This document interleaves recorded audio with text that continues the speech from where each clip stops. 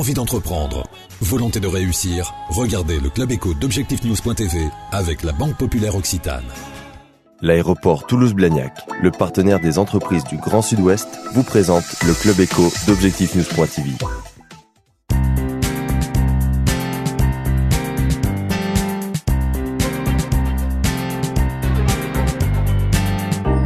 Le Club Éco d'Objectif-News.tv, merci de nous rejoindre chaque soir pour ce rendez-vous de l'économie et des décideurs. Nous recevons aujourd'hui Fabrice Brégier. Bonjour. Bonjour. Vous êtes directeur général délégué d'Airbus.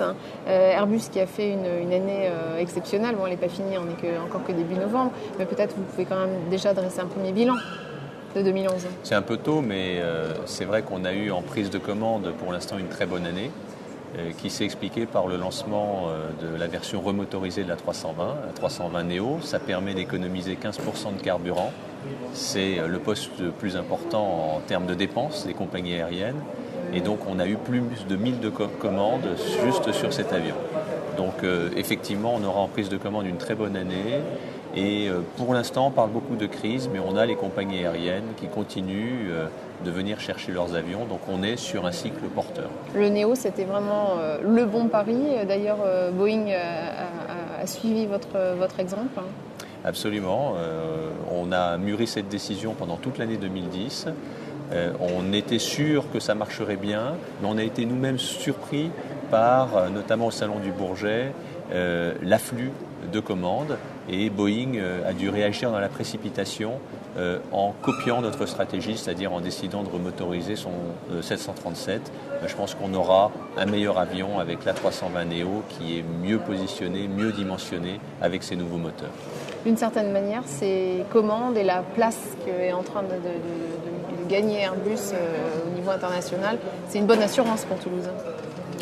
Je crois, on a bien franchi la crise de 2008-2009. Certains prédisaient des chutes de production de l'ordre de 30% et on a fait face, on a fait front et on a stabilisé les commandes. Là, on rentre dans un cycle plus incertain, mais il y a une croissance du marché mondial. On est moins dépendant de l'Europe. C'est l'Europe 15% de nos livraisons. L'Asie, le Moyen-Orient, c'est ça les zones de croissance et le renouvellement de la flotte aux États-Unis. Donc on pense effectivement que si crise il y a, on pourra franchir ce cap dès lors qu'on trouve les moyens de financer les ventes d'avions et de financer nos partenaires industriels, notamment les PME, qui continuent de souffrir pour obtenir les garanties bancaires qui leur permettent de monter en cadence. Parce qu'aujourd'hui, effectivement, il faut gérer ces prises de commandes. Ça peut aussi avoir des conséquences, par exemple, sur la main-d'œuvre, le recrutement. Est-ce que c'est un sujet critique aujourd'hui pour Airbus ? Cette année, juste Airbus, au niveau européen, on embauchera. On s'est fixé un objectif de plus de 3000 personnes. Je pense qu'on sera près de 4000 personnes. Donc c'est considérable parce qu'il nous faut des personnes de très haut niveau, notamment des ingénieurs et cadres, et c'est à peu près la moitié en France. Mais on finit par y arriver parce qu'on a une image qui permet d'attirer les talents. Là où on souffre plus, c'est quand on voit nos partenaires industriels qui ont des capacités avec des commandes, avoir des difficultés pour recruter dans les métiers les plus techniques.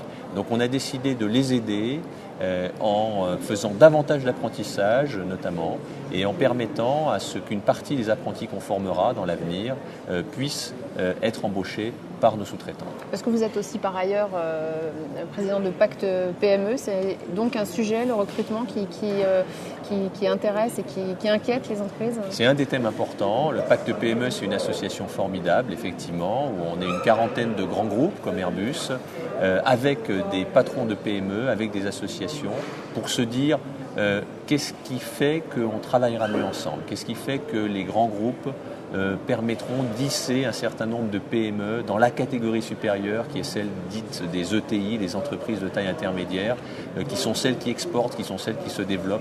Et l'Allemagne en a 5 fois plus privé qu'en France. Et c'est une force considérable. Donc effectivement, l'un des axes, c'est le recrutement. Un des autres axes, c'est l'innovation.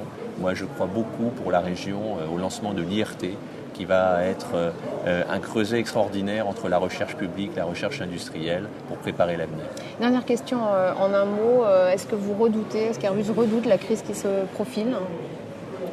On ne redoute pas, mais on la regarde avec sérieux, mais sérénité. Vous savez qu'on a des plans là, de montée en cadence.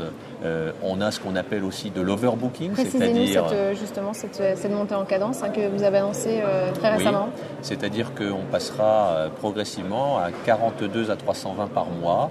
On vient juste d'atteindre 38 à l'horizon fin 2012. Donc vous voyez, on est sur un cycle haussier. On verra les conséquences éventuelles d'une crise qui, pour nous, ne se traduirait que si elle devenait mondiale. On en est loin, espérons-le.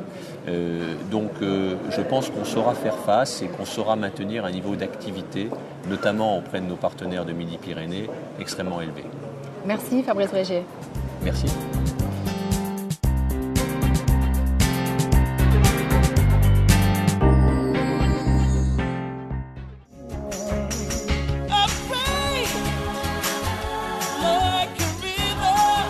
Envie d'entreprendre? Volonté de réussir? C'était le Club Éco d'ObjectifNews.tv avec la Banque Populaire Occitane. L'aéroport Toulouse-Blagnac, le partenaire des entreprises du Grand Sud-Ouest, vous présente le Club Éco d'ObjectifNews.tv.